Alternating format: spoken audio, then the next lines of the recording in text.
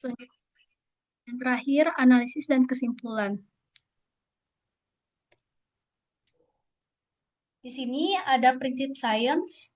Eh, yang pertama adalah dia deasetilasi kitin menjadi kitosan.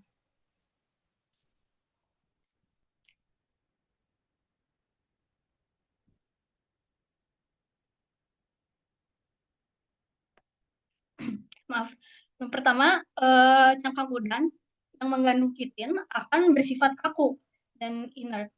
Nah, melalui proses diasetilasi termokimia menggunakan NaOH pekat, kita bisa membuang gugus asetilnya lalu diganti dengan gugus amina bebas. Nah, hasilnya tuh akan menjadi ketosan berderajat diasetilasi yang tinggi. Karena semakin besar atau tinggi derajat deasetilisasinya, maka semakin banyak muatan positif yang dimiliki ketosan, yang nantinya jadi senjata utama untuk membunuh bakteri. Yang selanjutnya adalah ini adalah tahap pembentukan struktur. Nah, di sini menggunakan prinsip PEC, yaitu poles polyelectrolyte kompleks, di mana kitosan yang bermuatan positif ini akan bertemu natrium alginat, lalu membentuk jaringan tiga dimensi atau hidrogel. Nah, untuk memastikan struktur ini stabil dan sensor warnanya tidak akan luntur, harus ditambahkan asam sitrat sebagai agen ikatan silang atau crosslinker. Maka asam sitrat ini akan menjahit rantai polimer melalui rantai yang akan nanti menjadi perbahan kokoh namun tetap elastis. Nah, selanjutnya di sini adalah tahap aktivitas antibakteri intrinsik, di mana di sini itu cara perban ini menyembuhkan itu yang pertama akan menjaga uh, luka tetap lembab oleh matriks alginat. Lalu secara sains itu akan mempercepat sel kulit untuk tumbuh kembali. Di sini ada pH, rentang pH.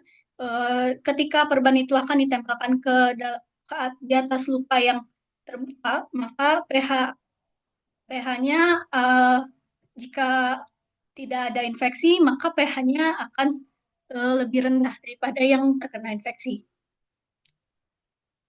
Lalu di sini ada tahap healing, yaitu muatan positif di kitosan akan menempel pada dinding sel bakteri yang bermuatan negatif.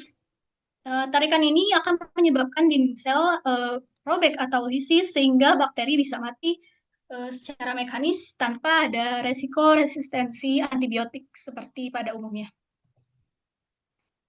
Di sini kenapa saya memilih udang faname karena kadar kitinnya yang paling tinggi dibanding uh, spesifikasi kereta saya lainnya. Lalu di sini karakteristik cangkangnya juga paling tipis sehingga uh, cangkang ini mudah larut. Output penelitian dari penelitian ini adalah sebuah prototipe perban luka pintar berupa film hidrogel biokomposit berbasis kitosan cangkang udang dan natrium alginat yang terintegrasi dengan ekstrak antosianin bunga telang sebagai sensor pH colorimetric. Terus lalu dapat menciptakan perban yang memiliki lingkungan penyembuhan yang lengkap atau moist wound healing, memberikan komunikasi visual secara real time atau non-invasif, di mana indikator antosianin akan merespons kenaikan pH aktivitas metabolit bakteri dengan menunjukkan transisi warna dari biru tua atau kondisi sehat itu pH 5-6 menjadi hijau atau kuning, yaitu kondisi infeksi pada pH 7-9. Dengan demikian, penelitian ini berhasil membuat limbah cangkang udang itu menjadi material medis yang bernilai tinggi, yang bisa menjalankan tiga fungsi, yaitu memproteksi luka, mempercepat penyembuhan, dan mendiagnosis infeksi tanpa perlu membuka belutan secara fisik. Namun, penelitian ini juga memiliki keterbatasan. Yang pertama, sensitivitas terhadap cahaya atau fotodegrasi. Yang kedua, interpretasi warna yang subjektif. Yang ketiga, ketahanan mekanik dalam cairan berlebih. Yang keempat, pengaruh komposisi protein pada kestabilan pH permukaan kulit. Lalu dapat dikembangkan kembali menjadi lebih baik, yaitu saran saya adalah membuat warna lebih tahan lama, memakai aplikasi HP untuk cek luka sehingga hasilnya lebih objektif. Yang ketiga, memperkuat bahan perban agar tidak gampang hancur atau lembek saat menyerap terlalu banyak cairan. Yang terakhir, menguji pada berbagai jenis salep. Ini referensinya. Sekian presentasi dari saya. Apabila ada pertanyaan yang ingin diajukan, dipersilakan. Baik, terima kasih. Bisalah ada yang mau ditanyakan dari audiens?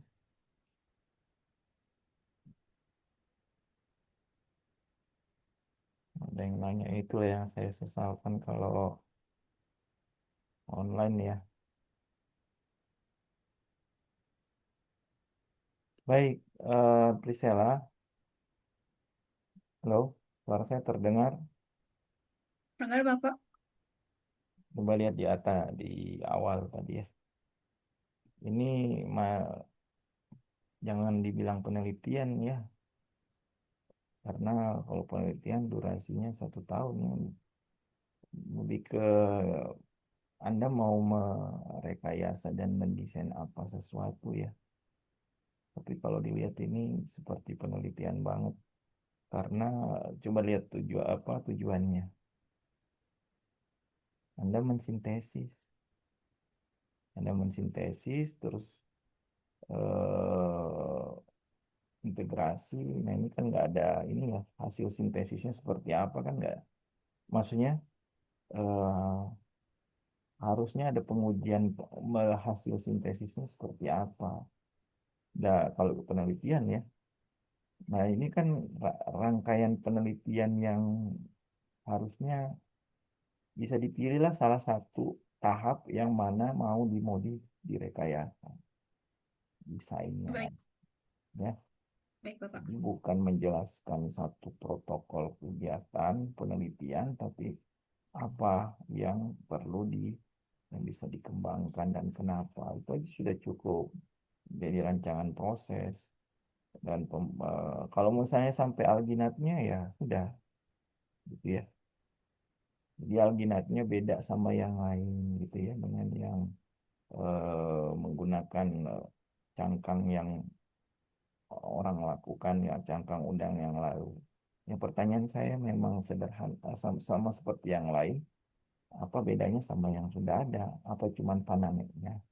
Udang panamnya? Apa Kalau bedanya? dari Ya, tidak ada. izin menjawab Bapak, kalau dari perancangan saya, eh, udang ini tuh sebenarnya terutama kitosanya sendiri itu sudah biasanya di penelitian lain tuh diubah menjadi hidrogel dan biasanya menjadi perban. Namun di sini saya ingin seperti menambahkan sesuatu yang baru yaitu di bagian pH-nya Bapak.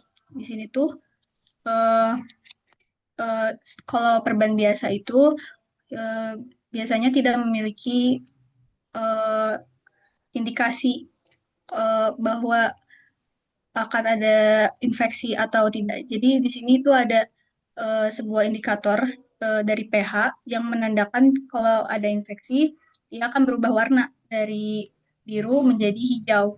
Namun jika tidak ada infeksi, warnanya akan tetap menjadi biru. Di Ya, situ, jadi Pak. artinya lupakan sintesis, coret itu, nggak usah pakai itu. Jadi yang kamu maunya adalah mekanisme bioaktivitas, anti aktivitasnya ya, dengan pH kan ya. Iya, Pak. Nah, sudah tinggal eh, tiga apa ini, pH 4, 7, 8 ini apa kondisinya seperti apa itu jelasin aja. Nanti saya perbaikannya. Baik, Pak. Karena kalau bersintesis apa segala macam, ya orang bukan tidak ada kebaruan di situ kan dari yang kamu lakukan.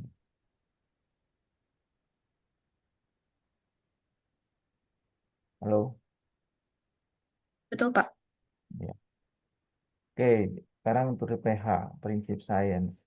dari penyembuhan luka yang sudah ada biasanya pH-nya berapa? Kalau penyembuhan luka itu biasanya pH kulit sih, Pak. Tapi kalau kalau setahu saya, kalau lagi ada luka atau infeksi biasanya lebih basah. Kadarnya berapa yang perlu yang diperlukan? Tadi kan 1%, 1 molar ya.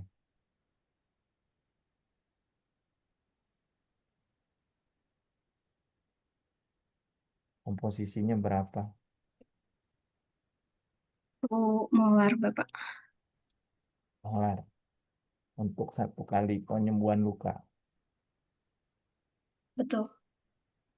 Nah, itu nanti tolong dihitung, disampaikan bahwa dibutuhkan sekian gitu ya, untuk apa pH. Terus tadi ada 3 ya, apa namanya, struktur organiknya ya. Yang organiknya tadi itu lebih efektif pakai yang mana yang lebih stabil. Itu ya, tolong nanti diperbaiki, diperbaiki. Ya, Bapak. Baik, terima kasih. Bisa selanjutnya, Terima kasih, Pak. Yurika ada. Ada Pak, hadir. Oke, silakan Yurika. Udah jadi co-host ya. Jadi untuk yang lain, meskipun judul mungkinnya judul kalian tuh seperti judul penelitian, tapi kalian bisa skip atau potong lah yang memang beda dengan yang lain yang anda usulkan gitu ya. Nggak usah diulang dari nol, harus sintesis dulu dan lain-lain. Orang sudah tahu, mungkin orang sudah pernah lakukan. Nggak apa-apa disampaikan, tapi yang ditekankan mana yang berbeda dengan yang sudah ada. Terus, Bapak maaf, ini di saya kok tulisannya sharing is not turn on ya? sudah, coba lagi. Belum ya? Udah Yurika? Apakah udah terlihat Pak? Udah,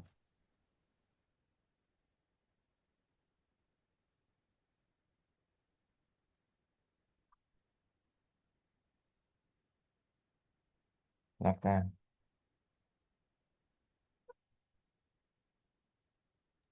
Maaf Pak, tadi commute.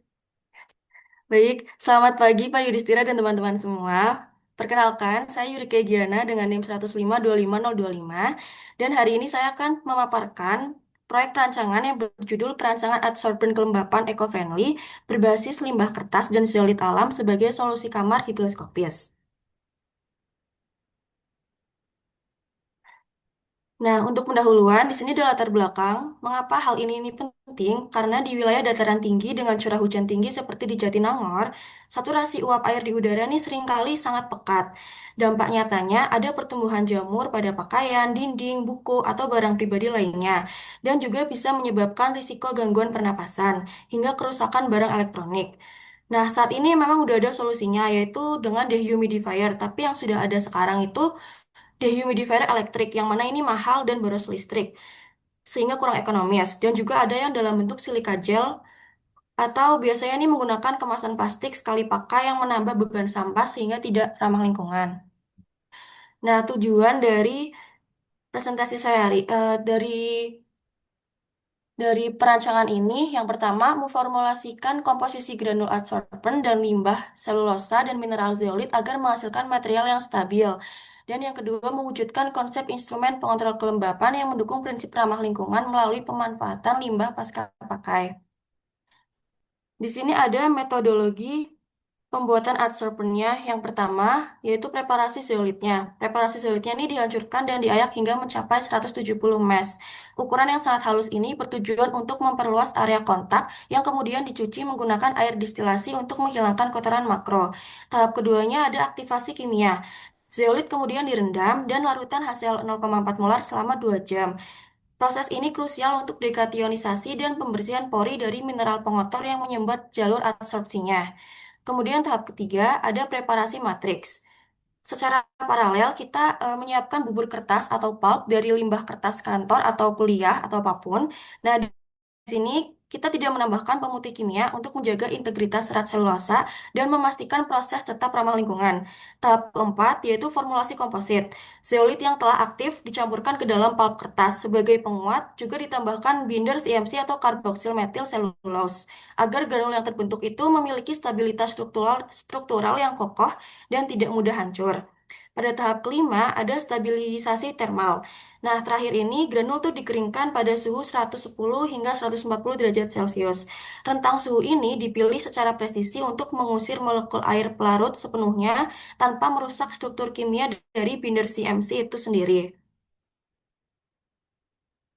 Untuk prinsip sains yang dipakai, pada metodologi sebelumnya itu ada aktivasi asam atau dealuminasi terkontrol. Nah, tujuan utama penggunaan HCl 0,4 molar tadi itu berfungsi untuk membersihkan jalur pori zeolit tanpa merusak kerangka utama silika alumina. Nah, mengapa bisa melakukan ini secara selektif? Itu yang pertama karena adanya energi disosiasi ikatannya. Mekanismenya, karena ikatan ALO ini lebih lemah, ion H+ dari asam ini akan menyerang sisi aluminium terlebih dahulu.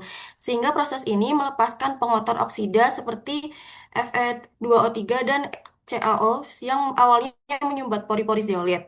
Hasil akhirnya, setelah pengotor lepas, pori-pori zeolit menjadi terbuka lebar yang secara otomatis meningkatkan luas permukaan spesifik secara dramatis. Nah, ini yang memungkinkan granul ini bisa menangkap uap air di udara dengan jauh lebih efektif. Nah, kemudian ini ada rancangan desainnya. Pada layar pertama tuh ada outer casing atau bambu perforasi. Nah, kenapa pemilihan bambu ini, kenapa dipilih bambu? Karena bukan hanya untuk estetika, tapi karena bambu ini material berkelanjutan dengan sirkulasi udara yang baik, sehingga memungkinkan uap air masuk ke inti adsorbent dengan mudah. Pada layer 2 ada tambahan refillable cartridge yang terbuat dari serat kertas daur ulang juga. Desain ini dibuat agar produk tuh bersifat praktis, jadi nanti pengguna cukup mengganti atau mengeluarkan cartridge ini saat adsorbent sudah jenuh untuk kemudian diregenerasi atau dipanaskan. Pada layer 3 ada core materialnya, yaitu granul. Ini adalah bagian intinya, granul komposit solid kertas tadi. Granul-granul ini ditempatkan di dalam cartridge untuk menangkap molekul air dari udara yang masuk melalui pori-pori casing. Output yang diharapkan pada Output yang diharapkan yang pertama, adsorber memiliki kapasitas serap minimal 0,171 gram air per 1 gram air adsorben dan efektivitas ruang penurunan kelembapan relatif dari ruangan dari lebih dari 80% ke angka ideal yaitu 50-60%. Kemudian kualitas produk, granul yang dihasilkan bersifat kokoh sehingga aman dan tidak menghasilkan debu di dalam kamar. Nah, keterbatasan dari perancangan ini adalah biofouling karena menggunakan media serat kertas. Jika lingkungannya sangat lembab, ada risiko pertumbuhan jamur adsorben jika tidak diregenerasi secara rutin. Terus juga bisa swelling atau penggunaan binder CMC yang terlalu banyak itu bisa menyebabkan granul menjadi lunak jika jenuh air. Kemudian perlu ditambahkan lagi agen antimikroba alami seperti ekstra cengkeh atau indikator warna antosianin untuk menunjukkan pengguna kapan adsorben harus dipanaskan ulang. Untuk potensi keberlanjutannya, yang pertama ada regenerabilitas.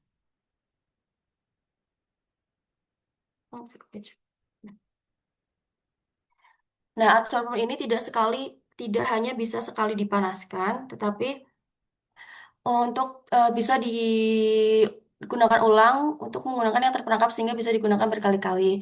Yang kedua ada ekonomi sirkular yang memanfaatkan limbah sehingga secara terus-menerus sebagai bahan baku. Terus yang terakhir ada cradle to cradle jika sudah tidak efektif yang dianjurkan dijadikan karena zeolit membantu tanah unsur hara sementara selulosa menjadi bagi tanah. Sekian presentasi dari saya, apakah ada yang ingin ditanyakan? Ada yang mau tanya? Silakan raise hand.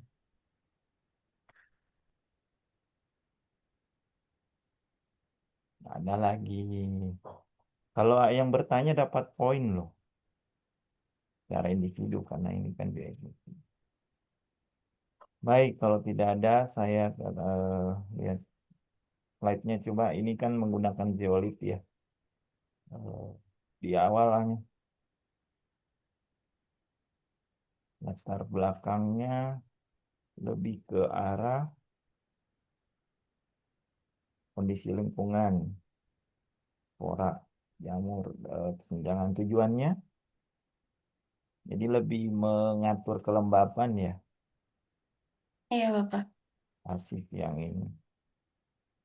Eh, Tadi memformulasikan komposisi granul adsorben dari limbah selulosa dan mineral zeolit ini dari mana bisa dapat 11117 per 1 gram ya?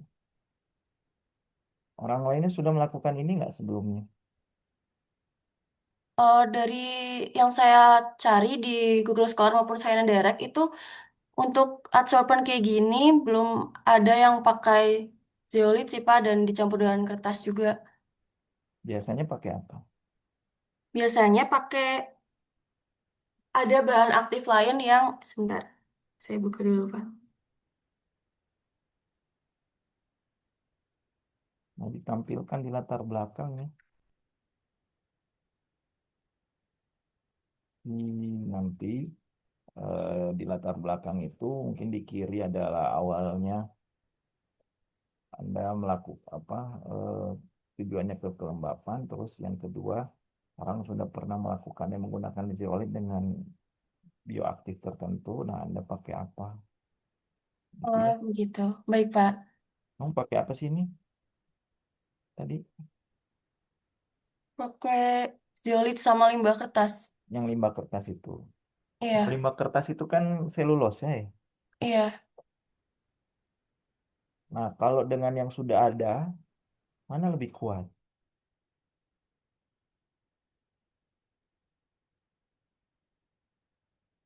Saya takutnya masih rapuh ini kondisinya ya. Interaksi apa yang terjadi antara selulosa dengan zeolit dan dengan yang sebelumnya, yang biasanya orang gunakan?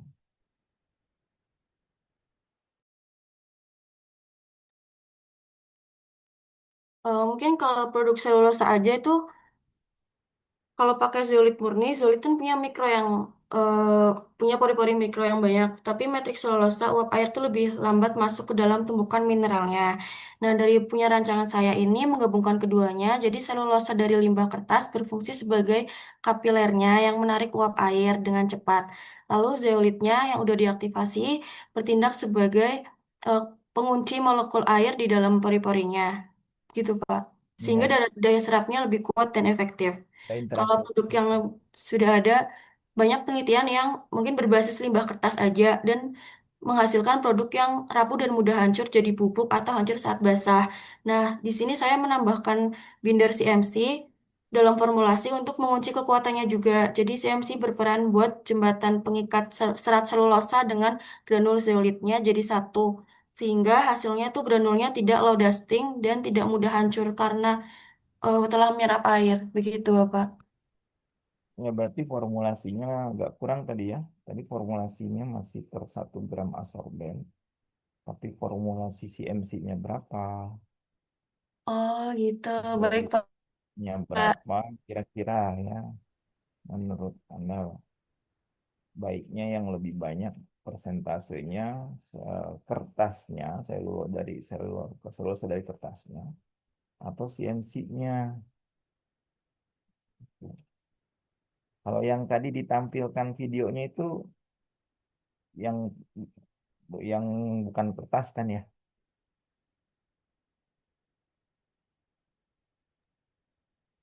Kalau yang ini di dalamnya granulnya juga ada granul dan itu granulnya terbuat dari tadi, Pak, yang limbah kertas dan zeolitnya. Berarti sudah ada yang melakukan, ya?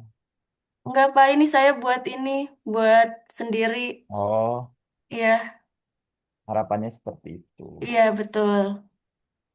Oke. Oke, terakhir prinsip sains. Nah, dari prinsip sains, dari komposisi formulasi biar menjawab tadi tujuanmu ya. Nah, aktivasi asam dealuminasi terkontrol ini kan ada energi ionisasi disosiasi ya. Ini kan pasti ada infonya ya.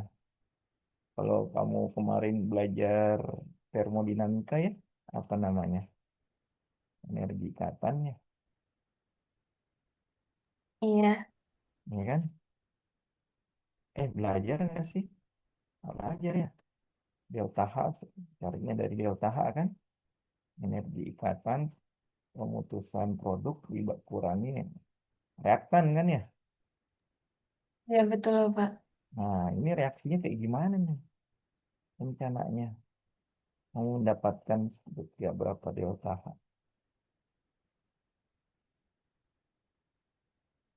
Atau delta H-nya berapa gitu. Tentunya Anda menampilkan dari pemutusan ikatan itu untuk apa kan harusnya ada data yang kurang berarti kan kalau ada dari pemutusan ikatan tidak ada kalorinya delta H per molnya. Halo? Iya. Jadi ini perlu ditambahin reaksi dan hasil delta H-nya ya, Pak? Ya, kalau bisa ada berapa dari aktivasi reaksi dialuminasinya, nah itu Iya. jadinya berapa hasil delta H diperlukan ya. Sebenarnya Oke. bisa kita cari sih dari delta H 0,4 molar kan kita bisa dapat molnya ya kan? Ya kan? Iya betul. Dari reaksi itu kemudian nanti kita bisa dapat takinya berapa. Nah, yang menarik nih kalau dikaji. Jadi kita juga bisa tahu selain formulasi, kondisi eh, delta H yang dihasilkan dari reaksi ini. Halo, Baik, Pak. oke, ditambahkan aja. Tapi Ya, itu kan hubungannya ya. ya paham, Pak. Oke, terima kasih untuk Yuriswa. Terima kasih, Pak. Lanjut, Farisa ya. Maira, Bapak. Ya, udah jadi host kan.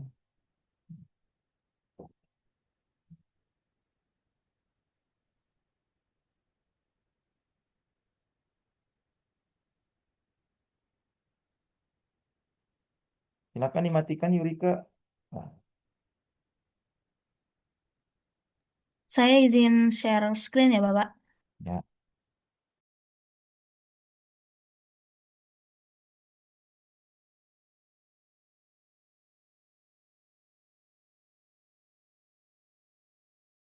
Baik, Assalamualaikum warahmatullahi wabarakatuh.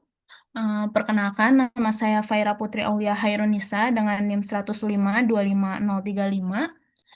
Izin Bapak dan teman-teman sekalian, di sini saya ingin mempresentasikan mengenai desain produk yang saya pikirkan mengenai pemanfaatan ekoenzim sebagai biopestisida ramah lingkungan terhadap kutu daun dan jamur patogen pada tanaman. Pertama ada pendahuluan. Pestisida kimia sintesis pada budidaya cabai masih dilakukan secara luas karena dinilai cepat dan praktis dalam mengendalikan hama serta penyakit tanaman. Namun, penggunaan berulang dalam jangka panjang menimbulkan berbagai dampak negatif seperti pencemaran tanah dan air, residu pada hasil panen, gangguan kesehatan manusia, serta meningkatnya resistensi hama dan patogen. Kondisi ini mendorong perlunya pengembangan biopestisida yang lebih aman dan berbasis sumber daya lokal. Salah satu alternatif yang potensial adalah ekoenzim kulit jeruk, yaitu cairan hasil fermentasi limbah organik molase dan air. Kulit jeruk dipilih karena kaya senyawa aktif seperti limonen, flavonoid, saponin, dan asam organik yang berpotensi sebagai insektisida dan antifungi alami yang bekerja dengan cara merusak lapisan lilin pelindung pada kutikula serangga, menyebabkan gangguan sistem saraf, dan menghambat pembentukan spora jamur. Selanjutnya ada tujuan dari desain ini. Yang pertama, menghasilkan ekoenzim kulit jeruk sebagai biopestisida ramah lingkungan. Yang kedua, ada menguji efektivitasnya terhadap kutu daun dan jamur patogen pada cabai. Yang ketiga, menentukan konsentrasi aplikasi optimum untuk pengendalian hama dan penyakit. Nah, mengapa harus kulit jeruk? kulit jeruk dipilih sebagai bahan utama karena memiliki kandungan senyawa bioaktif dan karakteristik fermentasi yang unggul dibandingkan limbah organik lain. Secara kimia, kulit jeruk kaya akan limonen, yaitu senyawa monoterpen yang bersifat toksik terhadap serangga melalui mekanisme perusakan lapisan lilin kutikula, gangguan respirasi, dan hambatan transmisi impuls saraf.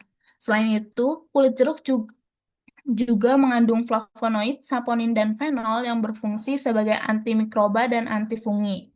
Nah, dari sisi proses, kulit jeruk memiliki kadar air cukup tinggi, jaringan lunak, dan kandungan gula sederhana di dalamnya, sehingga memudahkan aktivitas mikroorganisme fermentasi.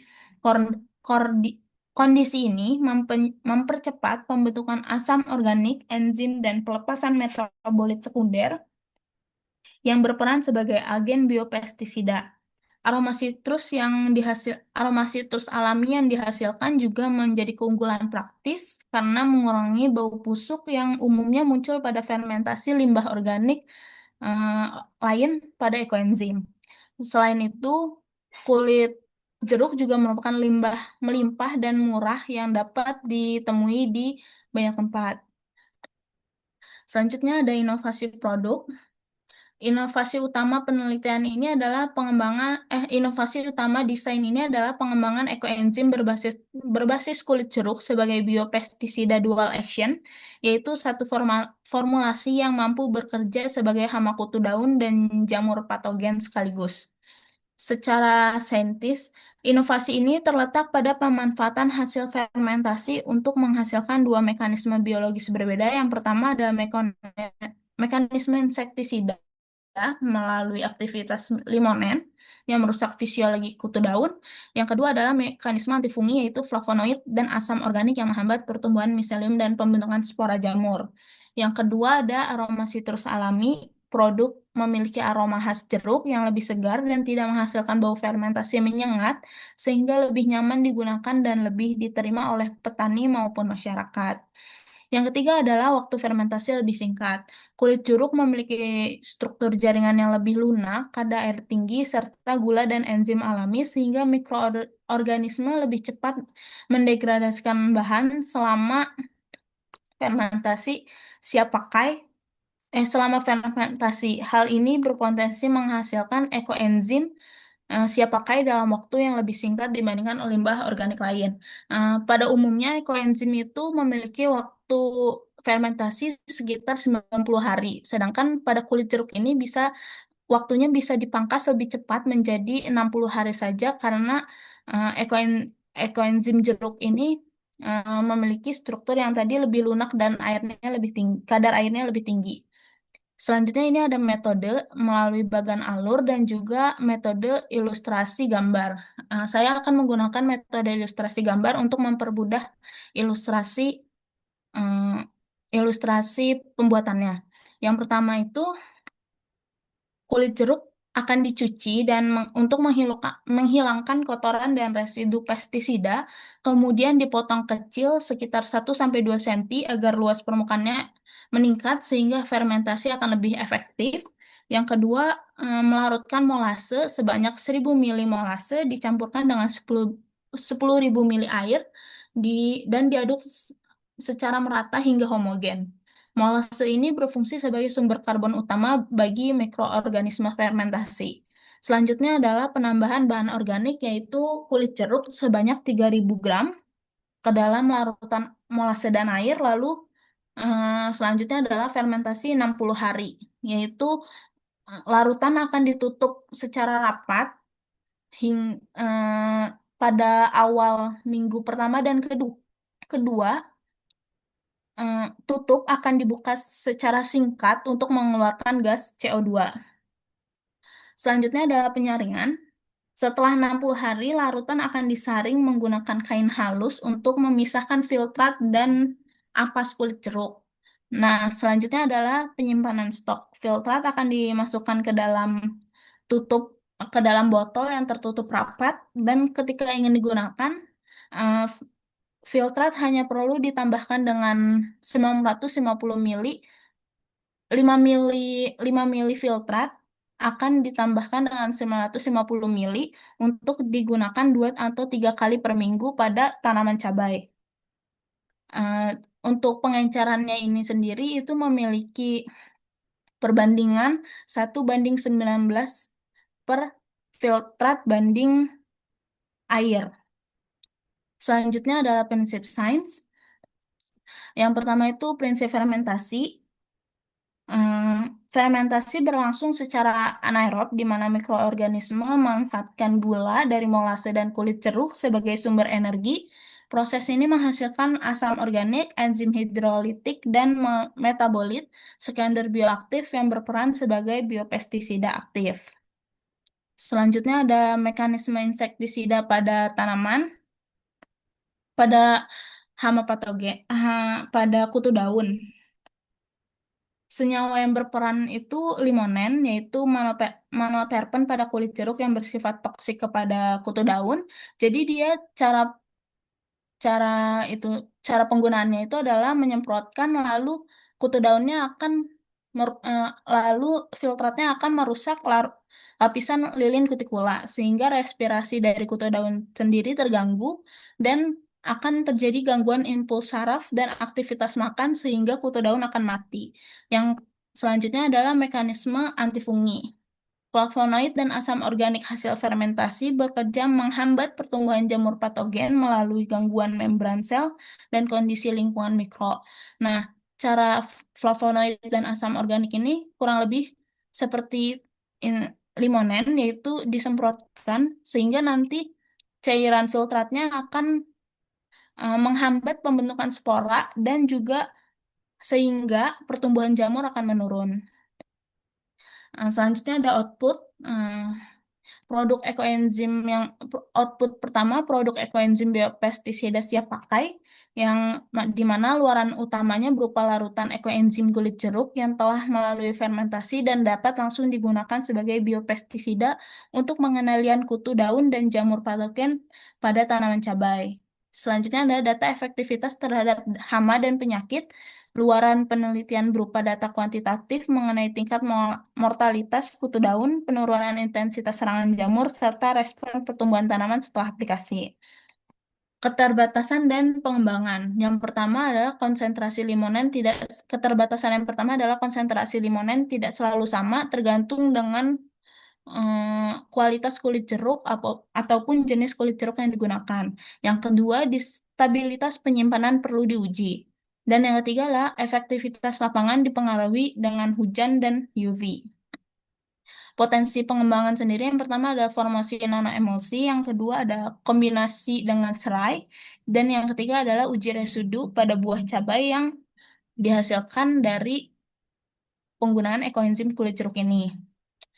Ini berupa referensi yang digunakan. Selanjutnya, tanya jawab, apakah ada yang ingin ditanyakan? Oke, ada yang bertanya. Satu pertanyaan. Saya apa boleh Ipa, silakan. izin bertanya? Tadi kan disampaikan katanya tuh ke cabai ya. Nah, itu tuh apakah ekoenzimnya buat hanya tanaman cabai aja atau gimana dan kenapa gitu? Itu sih, Pak. Nah, baik, Ya. terima kasih untuk pertanyaannya. Jadi, kenapa dipilih pada tanaman cabai? Sebenarnya ekoenzim kulit jeruk ini tidak hanya untuk tanaman cabai, tapi untuk pemudahan pengambilan pengambilan data ataupun melihat seperti apa nantinya, saya mengfokuskan pada tanaman cabai terlebih dahulu. Namun pada saat penggunaannya bisa digunakan pada tanaman budidaya apapun. Seperti itu. Oke, terima kasih. Baik, terima kasih Ipa. Oke, bagus kalau ada pertanyaan ya. Baik, dari saya terkait slide metode itu jangan ada yang double-double ya. Jadi kalau sudah ada metode, ya metodenya satu aja gitu ya, satu slide. Halo, Iya, baik Bapak. ini kan yang di atas apa gunanya? Kamu nggak jelas. Yang Yang yang ini kedua. Bapak, Nah, Yang ini karena tidak ada ilustrasi gambar, jadi saya membuat satu lagi yang ada ilustrasi gambar, sehingga memudahkan audiens untuk mengerti saja sih, Bapak. Yang mending ini, ya kan? Maksudnya satu aja tampilin gitu ya. Kan Baik, Bapak. jangan menunjukkan slide yang tidak atau sama maknanya atau tidak akan jadi dipresentasikan kontennya sama. Oke, yang kedua, kalau orang melakukan tanpa jeruk bisa jadi. Untuk penggunaan tanpa jeruk, sebenarnya ekoenzim kan bisa digunakan menggunakan bahan organik apapun ya, Bapak. Tapi pada bahan organik yang lain biasanya tuh terdapat seperti bau fermentasi yang pekat dan juga waktu fermentasi yang lebih lama, sehingga saya menggunakan kulit jeruk untuk mengatasi masalah-masalah seperti bau fermentasi yang pekat dan juga waktu fermentasi yang lebih lama saja. Oh, jadi limonen ini lebih mencegah bau fermentasi. Limonen sendiri itu untuk ini Kan Bapak, dari kulit jeruk untuk kan, isinya kulit jeruk dari highlightnya sendiri kan itu.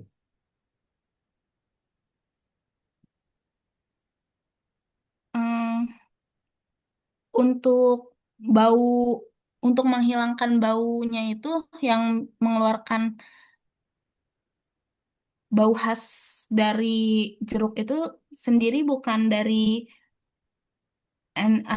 senyawa limonen ataupun flavonoid, tapi ada ada senyawa sendiri yang saya sendiri tidak menambahkan di per- PPT ini, jadi mungkin kedepannya bisa saya perbaiki. Yang berguna. Jadi gunanya kulit jeruk itu buat apa? Ada limonen. Terus limonen Eh, itu untuk menghilangkan bau fermentasi, gitu kan? Sebenarnya limonen dan flavonoidnya itu digunakan untuk menghilangkan patogen jamur dan juga kutu daun, Bapak.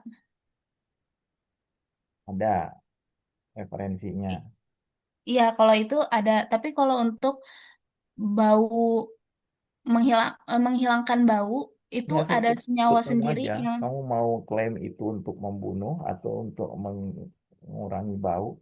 Makanya saya kalau tanya li- dari tadi, kalau tanpa kulit jeruk ada yang melakukan nggak? kalau limonen dan flavonoidnya sendiri itu untuk membunuh patogennya, Bapak. Hmm.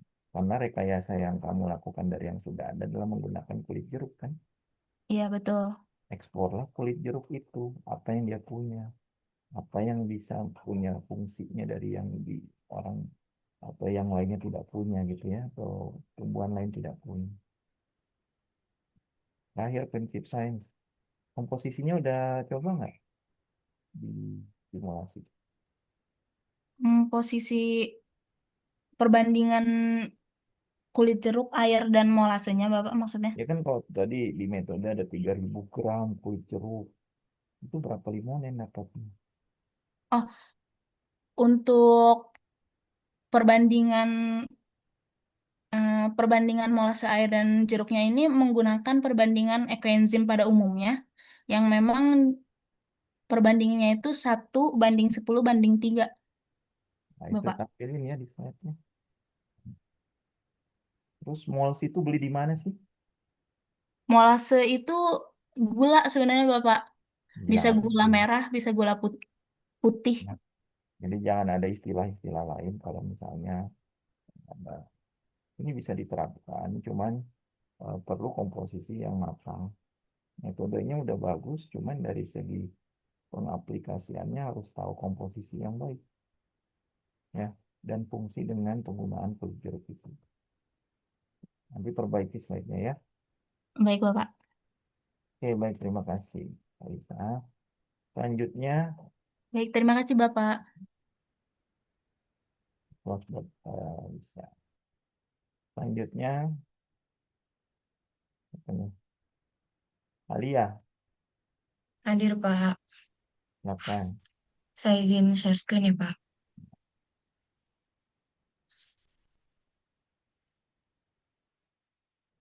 Apakah sudah terlihat, Pak? Nah, Oke. Wait. Selamat pagi semuanya dan selamat pagi Pak Yudhistira. Perkenalkan nama saya Alia Karina dengan NIM 105255051. Pada kesempatan kali ini saya akan menjelaskan tentang rekayasa atau rancangan desain tentang peningkatan hidrofobisitas bioplastik pati singkong dengan penambahan cangkang telur dan agen ikat silang asam sitrat. Untuk latar belakangnya, di Indonesia ini kan akumulasi sampah plastik yang memicu pencemaran lingkungan telah mencapai angka kritis sebesar 72 juta ton per tahun. Sehingga kita perlu alternatif material ramah lingkungan yang bersifat biodegradable. Pati singkong merupakan bahan dasar bioplastik yang potensial, namun daya tahan fisik dan sifat hidrofiliknya itu masih menjadi kelemahan utama. Untuk mengatasi masalah tersebut, diperlukan modifikasi struktur menggunakan asam sitrat sebagai agen ikat silang untuk meningkatkan ketahanan air, serta pemanfaatan limbah cakang telur yang kaya akan kalsium karbonat sebagai filler murni untuk memperkuat struktur plastik.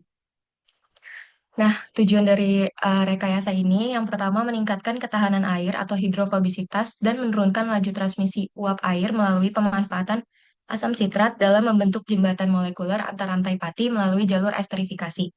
Kemudian merekayasa material kemasan berbasis pati singkong melalui penggabungan kalsium karbonat dari limbah cakang telur sebagai agen penguat struktural. Untuk metodenya sendiri, yang pertama melakukan preparasi cangkang telur atau yang biasa kita sebut tuh ngubah cangkang telur menjadi tepung kalsium ya. Nah, yang pertama tuh kita cuci dan keringkan telurnya dulu. Itu maksudnya kayak dicuci bersih, terus juga kita keringkan melalui entah itu oven ataupun pengeringan manual, tapi itu lama agar kadar airnya tuh bisa berkurang. Kemudian dihaluskan dan menjadi serbuk cangkang telur. Kemudian pencampuran bahan fase dingin. Nah, pencampuran fase dingin ini ada Aquades, gliserol, gliserol ini sebagai plasticizer, terus serbuk cangkang telur, ada pati singkong sama citric acidnya. Terus kemudian dilakukan pemanasan campuran dengan suhu 70 sampai 80 derajat Celcius. Kemudian pencetakan campuran ke wadah dan pengeringan dengan suhu 95 derajat Celcius selama 3 jam. Nah, untuk prinsip sainsnya yang pertama ada reaksi esterifikasi. Kalau kita tahu rantai polimer pati itu kan punya banyak sekali gugus OH-nya yang dimana bersifat hidrofilik yang sangat tinggi.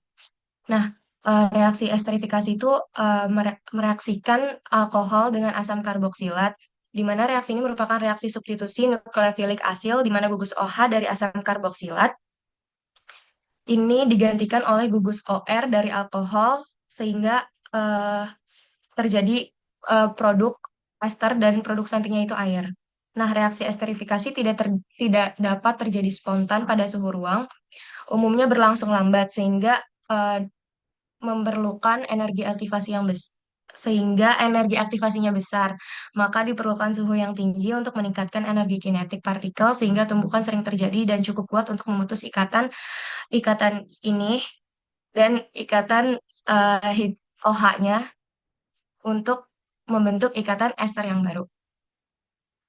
Selanjutnya ada cross-linking, di mana cross-linking adalah ikatan yang menghubungkan suatu rantai polimer dengan rantai polimer yang lain.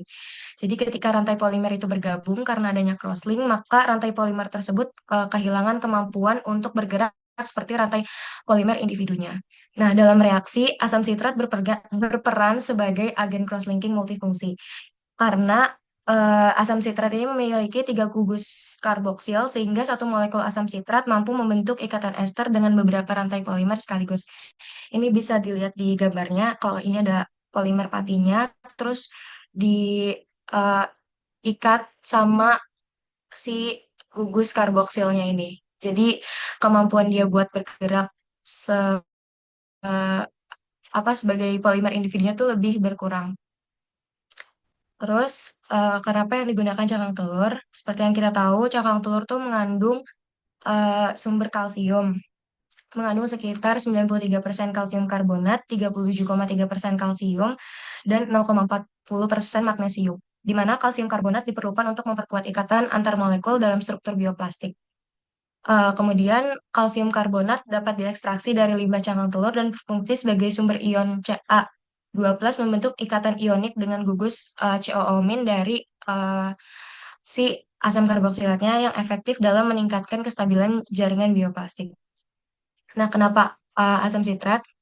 Karena asam sitrat itu dipilih karena memiliki strukturnya yang punya 3 gugus karboksil, sehingga mampu berperan sebagai agen cross-linking multifungsi melalui reaksi esterifikasi yang menjembatani rantai polimer amilosa dan amilopektin pada pati.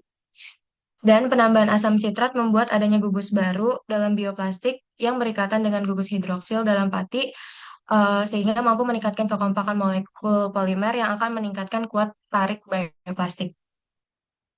Nah, kekurangannya untuk aplikasi praktis, bioplastik ini hanya mampu menangani produk kering dan ringan dengan masa simpan yang singkat. Kemudian pada produksi dalam skala yang besar, itu rentan terjadi penggumpalan dan degradasi termal. Nah, kenapa eh, cuman mampu menangani produk kering dan produk yang ringan dalam masa simpan yang singkat? Dari beberapa jurnal yang saya baca, plastik tuh nggak benar-benar bisa mampu nanganin eh apa bahan yang benar-benar berat dan tahan air banget itu kalau nggak ada campuran dari plastik sintesisnya. Nah, kemudian output yang diharapkan eh, s- menghasilkan produk bioplastik yang lebih kuat dengan sifat hidrofobik yang meningkat namun tetap terurai secara alami. Sekian, terima kasih. Baik, ada pertanyaan, satu pertanyaan dari audiens. Boleh deh Pak saya. Beningnya berapa? Eh NIM-nya 067 Pak. Makan. Izin bertanya, tadi kan apa ya? Salah satu kekurangannya itu kan hanya dibataskan untuk kemasan kayak produk apa tuh kayak makanan ringan dan segala macam. Kira-kira ada ini gak bentuk apa ya? Kayak tadi kan pada saat proses pembuatannya itu kan em, kamu bilang kayak ada kayak apa? Kayak ada fase dingin pencampuran itu kan pencampuran itu kan kira-kira ada kayak rasio tertentu gitu gak untuk bisa meningkatkan keefektifan dalam pembuatan apa namanya film plastik yang dimakan ringan atau segala macam itu aja sih.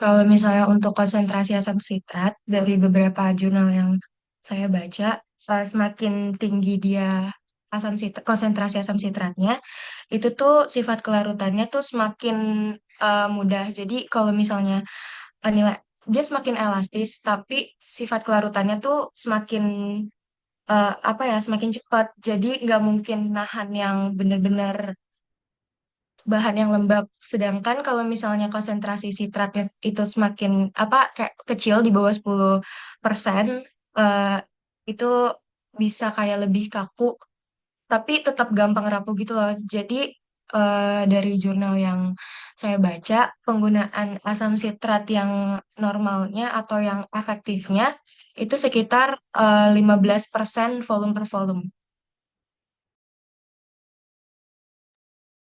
Udah menjawab? Cukup menjawab Pak, terima kasih. Baik, terima kasih. Dari saya, ini referensinya eh, ada nggak ya tadi ya? Nanti tolong cantumkan referensi ya, soalnya jurnal yang kamu bilang-bilang tadi, sampaikan. Saya Nah, kemarin mikirnya disitasi doang, Pak. Jadi saya sitasi doang. kalau di Jadi bawah nanti juga saya nggak masalah sih. jadi Hmm, nanti saya cantumin ya, Pak. Bahwa slide ya, yang info. Nah, di sini, oh, ini sudah lumrah ya bioplastik ini, ya. Malah anak SMA sekarang peer-nya ini ya, kayak ilmiah ini.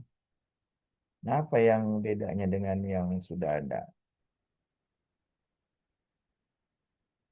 Karena memang masalahnya itu ketahanan hidrofobiknya ya. Tapi yang tadi kamu Nah, bahwa ada tambahan lebih bagus ditambahkan sintesis.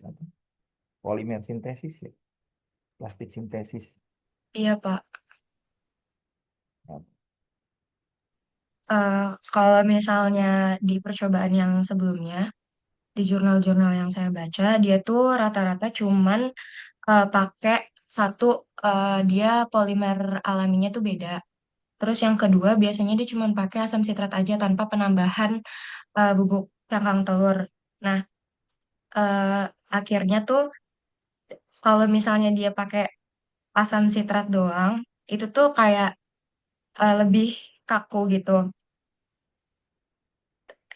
Oh, sorry, sorry Pak. Maksudnya kalau misalnya dia apa sih, astagfirullahaladzim, kok saya ngeblank.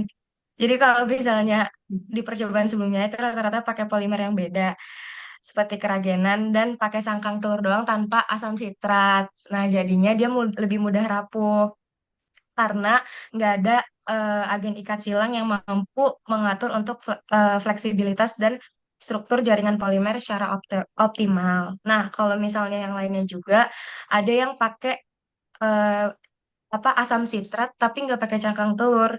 Jadinya kayak eh, kekuatan mekanik dan ketebalannya tuh kurang karena nggak ada filler yang berperan sebagai yang ngisi pori-pori di dalam reaksinya itu lah, Pak. kamu gabungkan ini berarti yang orang sudah pernah lakukan tapi tanpa asam sitrat dan dengan asam sitrat tanpa cangkang telur berarti ya. Ya, Nah sekarang cangkang telur dan asam sitrat memang lebih bagus ya. Dan cross linkingnya memang lebih baik ya. Cuman masalahnya ini kan CaCO3-nya apakah diasamkan atau tidak dari metode.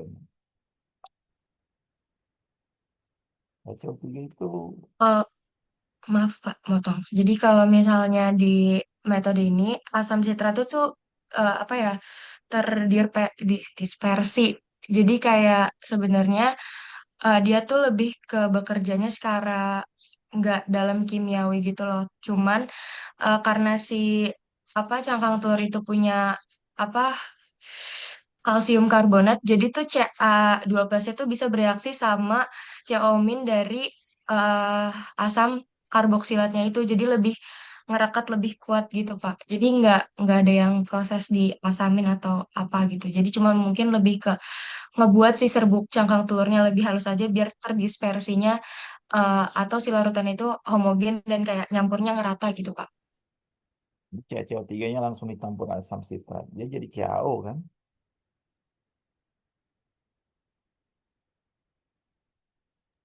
Kenapa Pak? Maaf. CaCO3 kalau diasamkan jadi apa?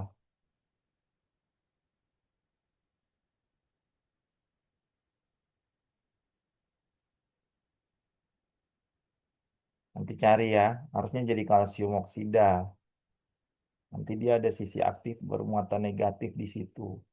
Nah, itu yang membuat dia lemah karena melemah apa? Karboksilatnya juga negatif, si itunya negatif. Nah, ada yang positif. Nah, pengeratnya itu biasanya baiknya menggunakan senyawa yang ion positif atau logam. Jadi lebih bagus nggak usah tambahkan sintesis, tapi apa namanya ditambahkan crosslinker atau penguatnya. Halo, Iya Pak. Pak, saya mau nanya itu maksud tes sintesis itu apa Pak? ya berarti kan wah, tidak bisa jadi dari bukan bioplastik jadinya kan? Tapi di saya ini nggak ada sintesisnya gitu Pak. Iya, di jurnal itu malah ditambahkan plastik sintesis. Oh iya, Kamu, heeh. ya kan? Iya. Bisa kita bantahkan kalau misalnya si CaCO3 dan asam citratnya ini kita formulasikan komposisinya. Hmm, Ya, ini ya, tambah karena CaCO3 kalau ditambahkan H plus itu akan jadi CaO ada karena dia padatan kan. iya Pak. Kalau tambah HCl, wah, apalagi asam sitrat itu asam lemak atau asam kuat?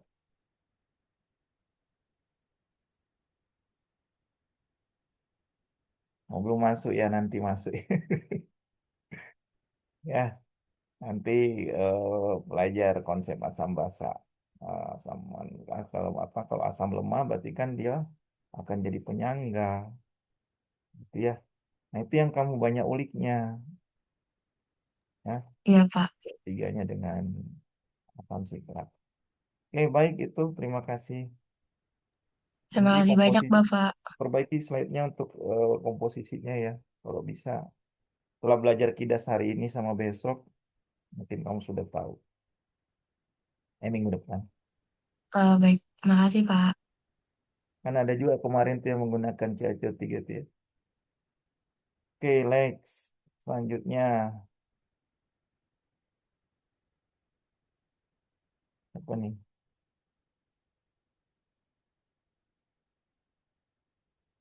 Rifan, udah? Saya Pak, Silakan. oke, sebentar Pak, Oh, ada dua izin share kamu. screen ya Pak. Ya, tunggu. Dua ya punyamu. Silakan. Ya oke Pak, sebentar Pak. Oh, cowok semua terakhir ya.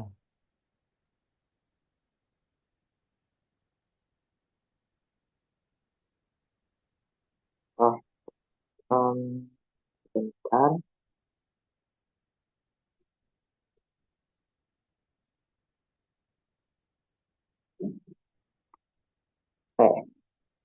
Oke, apakah sudah terlihat Pak? Nah, Oke sudah. Baik, selamat pagi Pak Yusira dan teman-teman semuanya. Izin perkenalkan diri, nama saya Rifan Metai Pangestu dengan NIM 1052561. Dan pada kesempatan kali ini saya akan mempresentasikan project saya yaitu absorpsi logam berat dalam air menggunakan karbon aktif dari tempurung kelapa. Nah, sebelum saya lanjut ke presentasi saya, mungkin teman-teman sudah familiar dengan yang namanya filter air gitu. Filter air sederhana yang mungkin teman-teman tahu itu kan isinya kayak ada hijau, ada kerikil, ada batu-batuan dan segala macam. Nah, buat concern saya itu ada di arang atau karbon aktifnya. Nah, karbon ini kan salah satu fungsinya itu untuk filter air ya, filtrasi air itu. Yang dimana nanti outputnya air bakalan tidak berwarna, tidak berbau dan tidak berasa. Mungkin bagi sebagian besar dari kita, termasuk saya sendiri, itu nganggap kayak itu udah standar air yang bersih gitu. Ya emang nggak salah sih, nggak salah. Cuma ada satu hal yang baru saya sadari juga, hal ini tuh bisa dalam jangka panjang mempengaruhi kesehatan kita gitu. Nah, apakah itu akan saya bahas setelah ini. Nah, tentang masalah dari batik saya itu, air keran atau air rumah tangga, terutama di Indonesia, itu kalau misalkan mau dikonsumsi, biasanya kan bakal direbus dulu. Nah, benar sih direbus, biar kuman-kumannya itu mati. Cuma ada satu komponen dalam air itu yang enggak bakal hilang kalau kita direbus, yaitu ion-ion logam berat yang ada di air, kayak contohnya timbal, terus mungkin uh, CO12, tembaga gitu dan segala macamnya. Nah, itu cuma bisa dihilangin dengan cara uh, difilter pakai karbon aktif ini. Nah, uh, oke, ini dia. Jadi air itu kan bakalan mendidih di sekitar 100 derajat Celcius ya. Dan kuman-kuman itu bakal mati di suhu yang segitu. Sedangkan kalau misalkan logam-logam nih, itu suhu segitu tuh kayak nggak kerasa gitu. Jadi masih jauh lah dari menghilangkan logam-logam ini. Nah, tujuan saya itu yang pertama mengkaji kemampuan karbon aktif itu sendiri dalam mengabsorpsi logam berat. Terus yang kedua menjelaskan mekanisme dari absorpsi sebagai metode dalam pengolahan air. Lalu selanjutnya itu menganalisis potensi penggunaan karbon aktif sebagai tahap awal pengolahan air sebelum dikonsumsi atau lebih tepatnya sebelum dilakukan perebusan. Nah ini dia apa bedanya sih filtrasi sama absorpsi. Jadi mungkin secara konsep itu sama kayak uh, zat suatu zat ini tidak masuk gitu. Cuma ada sedikit perbedaan. Kalau filtrasi itu dia bekerja berdasarkan ukuran partikel, jadi sesuai misalkan pori-porinya lebih kecil dari zat yang disaring, berarti zatnya bisa disaring gitu. Tapi kalau misalkan pori-porinya lebih besar dari zatnya itu, maka ya tembus-tembus saja. Sedangkan kalau absorpsi itu bekerja berdasarkan interaksi kimia atau fisika, atau dalam hal ini elektrostatis. Gitu. Nah, selanjutnya filtrasi itu memisahkan partikel padat dari cairan gitu, yang kayak secara kasat mata kelihatan gitulah intinya. Kalau absorpsi itu lebih ke menyerap zat terlarutnya. Nah, selanjutnya filtrasi itu pemisahan mekanik, sedangkan absorpsi itu tadi interaksi fisika atau kimia. Nah, dan kalau filtrasi itu zatnya bakal tertahan di filter, sedangkan kalau absorpsi itu zatnya bakal nempel di pori-pori absorbennya gitu.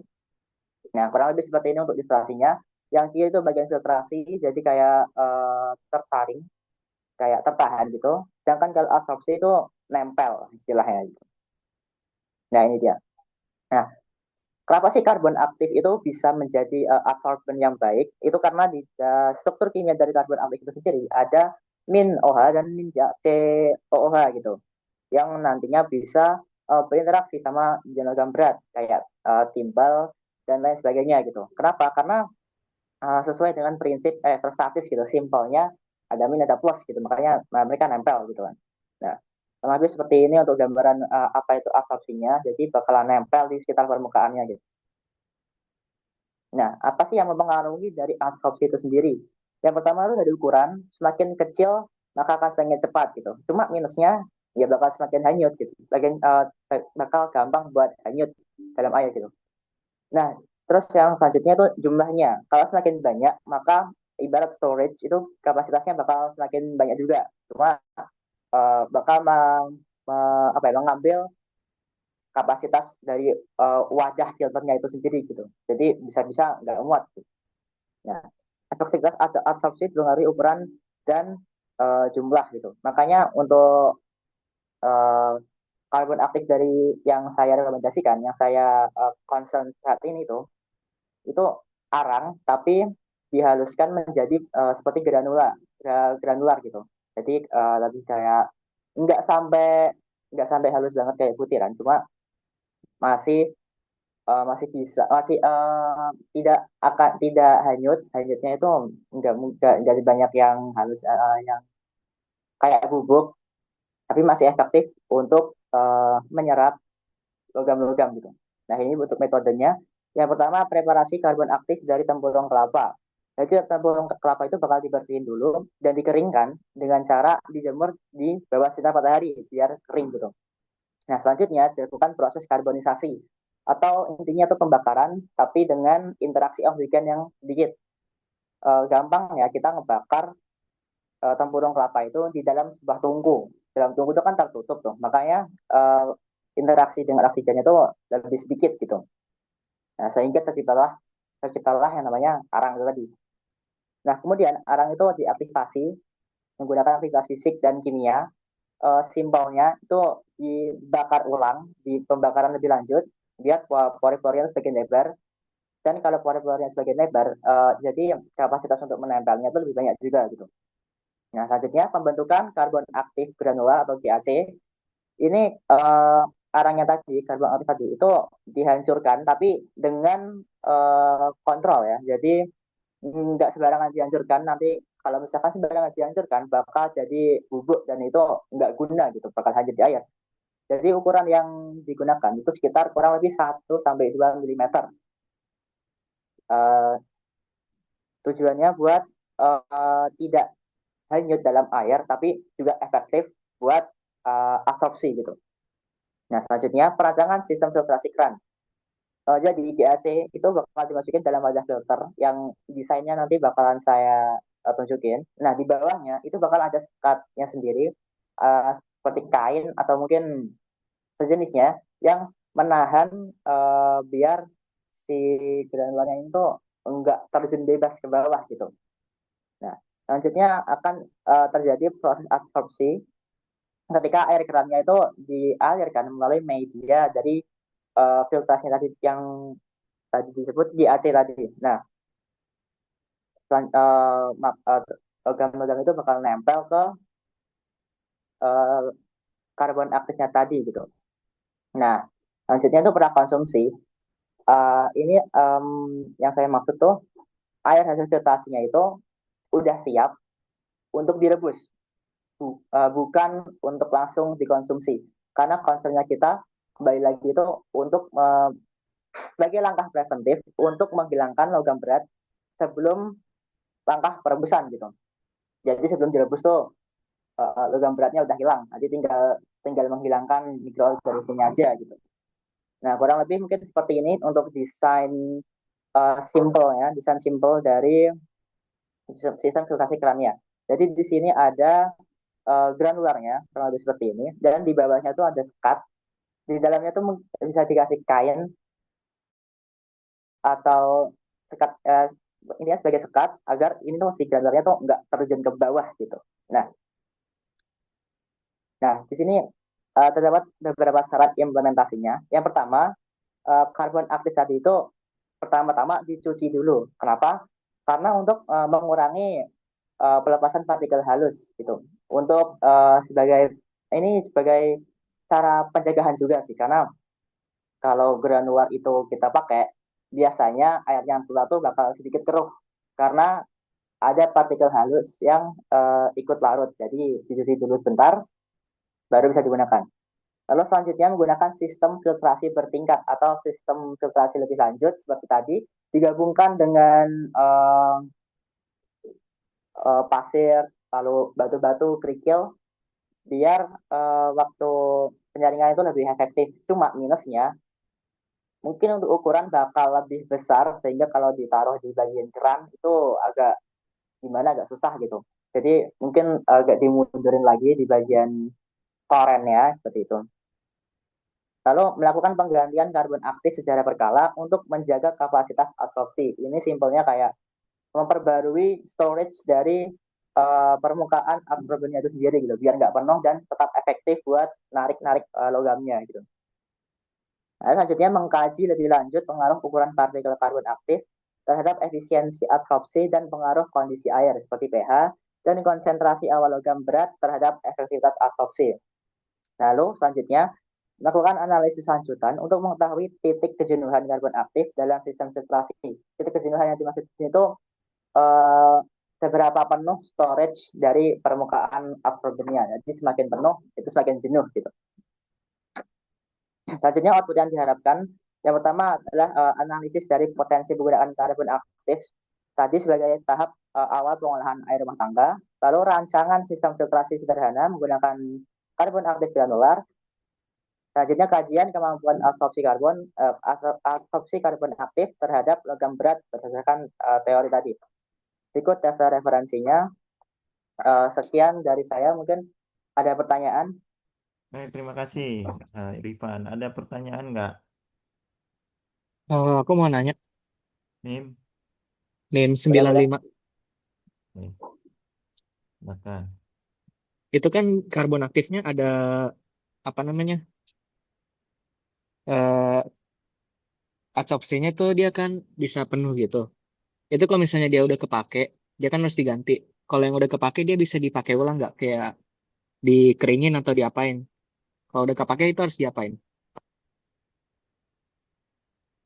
Oke. Terima kasih untuk pertanyaannya. Jadi, oke, aku ringkasin dulu.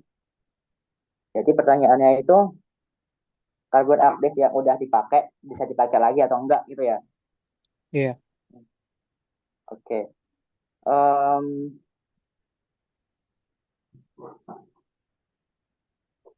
Sebenarnya tuh bisa, cuma perlu semacam ujinya tertentu karena kan logamnya ini udah nempel ke bagian, udah nempel ke karbon aktifnya gitu. Nah, sedangkan zat logamnya itu kita nggak bisa lihat sama sekali. Jadi itu perlu dipisahinnya tuh benar-benar susah. Kenapa? Karena seperti yang tadi prinsip interaksinya itu, interaksi elektrostatis, ada minus ada plus, mereka tuh nempelnya tuh kuat banget dan perlu energi juga buat melepasnya. Makanya kalau ini tuh disarankan untuk mengganti yang baru atau kita ngepakai yang baru gitu juga, karena tempurung kelapa itu kan eh, apa sumber daya yang terbarukan kan, maksudnya gampang gitu. Kalau misalkan kita pakai lagi yang sebelumnya, itu tidak direkomendasikan. Susah juga buat misalkan dipakai lagi, mau dipisahin lagi karena interaksinya tuh kuat gitu. Kalau misalkan kita ya, kita maksudnya sebagai orang-orang awam gitu, orang-orang biasa, mungkin bakal lebih susah gitu buat misahinnya karena itu tadi perlu perlu penelitian lebih lanjut gitu. Oke, terima kasih. Apakah oke. Terima kasih. Dari saya ini highlightnya granulnya ya, ukurannya ya. Iya Pak, granularnya sama mungkin desainnya juga sih Pak.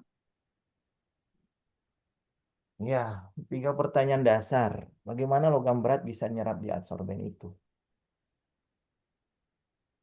Gimana logam beratnya bisa menempel ke absorbennya ya Pak? Ya, Itu saya ini sih Pak, interaksi elektrostatis Pak. Jadi simpelnya karbon aktif itu kan struktur kimianya gini ya Pak. Sebentar. Nah ini dia. Ada min OH-nya sama min COOH-nya, COOH-nya. Yang dimana mereka itu bermekanan negatif gitu Pak. Nah logam itu kan kebanyakan yang terutama yang terlalu dalam air ya, kayak Pb2 plus yang saya terterakan di sini, CD2 plus dan tenaga CaCO2 plus itu mereka bermuatan positif gitu.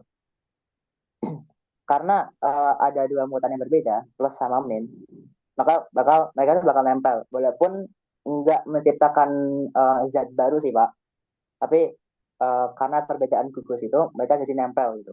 Meskipun nggak tercipta suatu zat baru gitu Pak. Nggak cuma elektrostatis sih sebenarnya, ada van der Waals juga walaupun lemah gitu Pak. ya ini belum spesifik logam beratnya apa ya. Semuanya pas masuk ya. Jadi Oh ya Pak. logam beratnya itu kan beda-beda ya keinginannya untuk teradsorpsi itu kemampuannya beda-beda. Tadi Anda bilang kapasitas absorpsi kan ya? Halo, Ya Pak. nah, kapasitas absorpsi itu apa? Kapasitas absorpsi itu kayak eh, banyaknya karbon aktif itu yang nempel, yang bisa narik eh, yang bisa narik organnya itu Pak. Jadi kalau misalkan mereka udah berpasangan semua ya itu susah Pak. Oke, jadi sebenarnya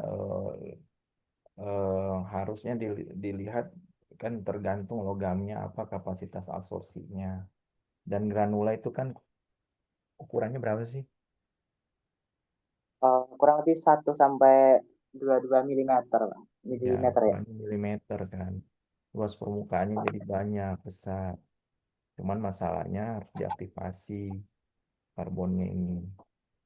Nah, tadi teman kalian bilang harus ada uji keberulangan karena kemampuan kapasitas absorpsi itu pasti akan ada titik jenuhnya. Ya, jadi pastinya kalau semua logam berat masuk situ, cepet tuh pasti akan di jenuh. Oke, Nazif, Ya Pak. Nazif mau nanya apa Nazif? Pak, saya mau izin bertanya. Eh, Kalau yang tempurung kelapa itu menyaring semua logamnya atau gimana? Soalnya kan tidak semua logam berbahaya, Pak. Ada ada logam yang kita butuhkan juga. Nah, itu bagaimana, Pak? Nanya ke saya, nanya ke Rifki. Oh, nanya ke eh hazardnya. Oke. Izin menjawab ya.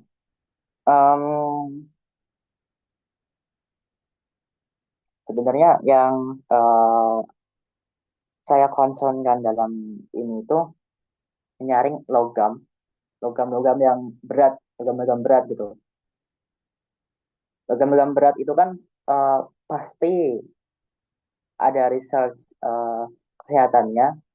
Jadi dalam air itu ada logam bisa berpotensi logam beratnya itu terlarut gitu. Nah, eh, apa aja logam-logam terlarut dalam air yang berdasarkan jurnal yang saya baca itu ya, kebanyakan sebagian besar itu logam beratnya itu kayak gini nih. Ini dia. Ada timbal, ada tembaga. Nah, itu kebanyakan yang terlarut dalam air itu sangat berbahaya bagi tubuh gitu. Walaupun dalam jangka panjang sih sebenarnya. Dalam jangka pendek itu nggak kerasa. Nah, apakah ini menyerap logam yang kita butuhkan juga? Ini berdasarkan jurnal yang saya baca, dalam air keran yang biasanya dipakai di rumah tangga gitu, logam-logam yang terlarut itu uh, pada berbahaya semua gitu bagi tubuh. Jadi uh, makanya saya menggunakan ini tuh untuk menyaring logam-logamnya ini. Karena mungkin saya kurang riset atau gimana di jurnal yang saya baca itu logam-logamnya yang di air keran itu enggak enggak ada yang buat tubuh gitu. Karena kebanyakan logam beratnya itu justru malah bikin merusak saraf dalam jangka panjang gitu. Ya, jadi spesifik aja logamnya ya. Cari Kayak yang ya, lebih cocok untuk menggunakan rancangan yang Anda pakai gitu ya. Dan kayak Pak, siap. memang sering jadi masalah di lingkungan. Apa? Oke Pak. Itu juga slide-nya itu kenawa itu apa tuh maksudnya? Jangan kayak gitu ya. Ini ya Pak, ini tadi kan saya mau bikin why atau kenapa Pak, cuma belum saya hapus. Ya, Maaf Pak, maaf Pak. jadi kan seperti itu. Oh ya Pak, siap, siap. Oke, terima kasih Rifan. Selanjutnya Farel, terakhir. Ada? Terima kasih Pak. Close buat Rifan. Ada Farel? Silakan. Halo, apakah suara saya terdengar? Ya, Apakah screen-nya bisa dilihat, Pak? nah, tapi prinsip kimia namanya ini. Hmm. Salah. Ini.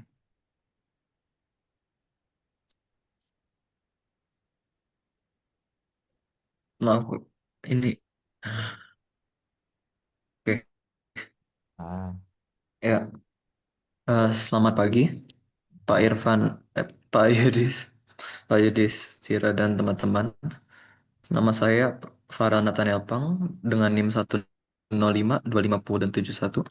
Dan pada pagi hari ini saya akan menjelaskan tentang penelitian saya mengenai pembuatan es krim tanpa susu sapi. Nah, kita mulai dari latar belakangnya dulu. Kan kita semua tahu kan, es krim itu salah satu makanan favorit. Mau itu anak-anak atau orang dewasa, pasti semua orang suka dengan teksturnya yang khas dan rasanya yang manis itu. Namun karena alasan-alasan seperti pola hidup atau masalah medis, banyak yang tidak bisa menikmati makanan favorit manusia ini. Salah satu lah paling nggak. Maka dari itu, saya berharap kita bisa menemukan alternatif yang memiliki rasa yang paling serupa dengan es krim aslinya. Tidak seperti yang biasa dijual vegan-vegan yang rasanya sebenarnya jauh sekali daripada rasa es krim sebenarnya. Maka dari itu, daripada menggunakan almond atau hazelnut atau kacang-kacangan lainnya yang eh, memiliki lemak yang cukup sama dan biasa digunakan sebagai susu, saya malah memilih santan. Kenapa santan? Karena santan itu beda. Dia kandungan lemaknya lebih tinggi, walaupun tidak setinggi almond, tapi lemaknya itu tuh nggak apa nggak bukan lemak unsaturated yang biasanya kalau di almond itu membuat almond lebih sehat, tapi tidak bisa bereaksi dengan baik dengan air. Nanti ada di bagian prinsip kimianya. Tapi karena itulah teksturnya kalau menggunakan kacang almond pun bakal berbeda daripada santan. Di mana santan eh, dengan jenis lemaknya itu bisa lebih serupa dengan susu. Memang lemaknya mirip sama susu sapi. Dan juga dalam proses pembuatannya bakal ada banyak teknik kimia seperti emulsi, koloid, sifat koligatif yang bisa bikin teksturnya seperti yang saya jelaskan. Lalu tujuannya. Jadi tujuannya sederhana saja. Saya ingin membuat ice cream dengan penggunaan alternatif tanpa susu sapi yang bisa dinikmati semua orang. Dan saya juga ingin tahu apa sih perannya untuk seperti bahan alami yang kayak santan dan gula alami tanpa pengawet dan bahkan buah sebagai penambah rasa dalam bentuk tekstur, rasa, dan nilai gizi es krim. Habis itu saya juga akan menghubungkan prinsip-prinsip kimia yang walaupun ada, walaupun orang tahu tapi jarang digunakan dengan alasan seperti males karena biayanya tinggi atau alasan lainnya saya tidak tahu kenapa industri tidak menggunakannya. Nah, ini metodenya. Jadi metodenya sederhana aja. Pertama kita siapkan bahan seperti santan, gula, dan buah sebagai opsional sesuai dengan takaran yang karena saya belum pernah bikin secara langsung jadi saya tidak bisa beritahu secara pasti.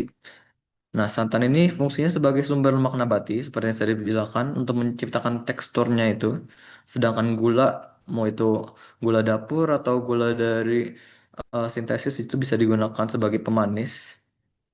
Ya, seperti pemanis seperti es krim biasa dan juga mempengaruhi titik beku yang membuat kedelai yang membuat santan ini bisa jadi bentuknya es krim gitu karena kan dia tidak memiliki kandungan glukosanya dalam susu sapi kan makanya butuh gula dari luar untuk membuat dia bakal nggak jadi beku es gitu dan buah juga digunakan untuk rasa alami aja biar ada nilai gizi tambahan juga bisa lalu ada pencampurannya. Di ini tahap awal ini kita cuma mencampurkan semua dalam satu wadah. Itu kita aduk-aduk biar apa komponennya bisa jadi kayak campuran. Dan buat mempermudah juga sistem campurannya biar kalau di proses selanjutnya lebih stabil karena luas permukaan dan lain-lain. Nah, itu homogenisasi atau disebut blending. Ini campurannya akan di blender lagi. Jadi pertama itu kita makannya pakai aduk aduk cuman pakai tangan itu sebenarnya cuman buat dapetin udara biar masuk juga. Biar nanti bakal jadi kayak puffy-puffy kayak kayak kalau mau bikin adonan kue. Itu sedangkan ya blender ini biasanya kalau dari penelitian saya itu menggunakan blender yang industri industri banget. Jadi biasanya udara nggak bisa masuk. Makanya dibikin pisah gini. Nah, di tahap ini tuh proses homogenisasi bisa berlangsung, di mana lemak dari santan terdispersi dalam air, akhirnya emosi. Jadi semakin kecil ukuran partikel lemaknya yang dihasilkan tuh bakal lebih baik campurannya. Dan bahkan bikin teksturnya lebih kerasa lembut. Itu lanjut ada proses penyaringan.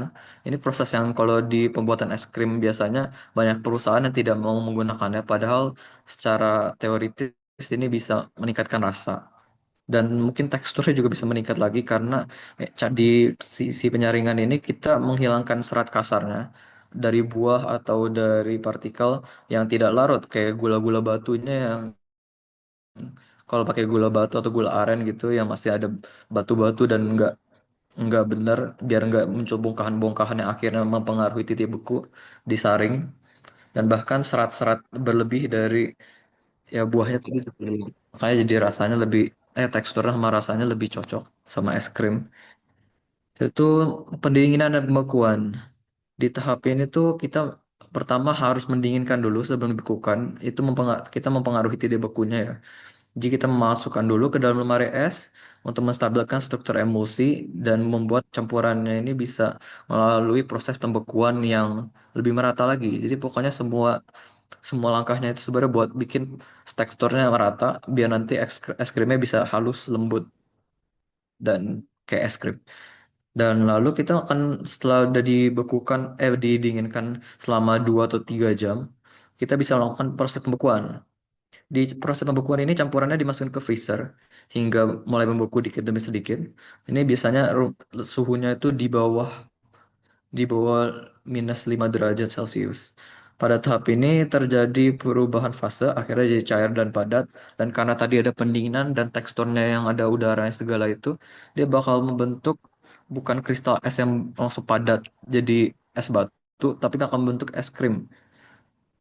Tapi Nah, ini tidak boleh lama juga karena semakin lama dia bakal balik lagi jadi padat karena titik bekunya nggak bakal tahan lama. Maka dari itu kita lanjut ke eh, pembekuan itu sebenarnya ini salah belum dihapus, maaf. Tapi harusnya di bagian dari pendinginan dan pembekuan. Itu kita langsung proses pengadukan dan malah aku malah malah belum tulis. Oke, jadi ada pengadukan. Jadi kita setelah udah dibekukan itu selama dibekukan itu tuh kita harus mengaduk campurannya selama sekitar 1 sampai 2 jam agar kristal esnya itu tetap kecil ukurannya. Dan juga pengadukan juga membantu masukkan lagi udara yang telah hilang karena proses pendinginan ke dalam campuran hingga teksturnya jadi lebih lembut dan tidak keras. Dan setelah itu es krim santan siap dimakan. Jadi sekarang prinsip kimianya. Prinsip kimianya itu pertama ada emosi. Karena saya tidak menemukan gambar yang pas buat emosi pakai lemak, jadi saya akan menggunakan apa menggantinya dengan yang gambar ini yang ada minyak ya. Sebenarnya minyak sama lemak kan mirip-mirip karena minyak juga termasuk dari lemak. Jadi gambarnya ini aja. Jadi dalam proses pembuatan es krim ini kan ada pencampuran ya kan lemak sama air.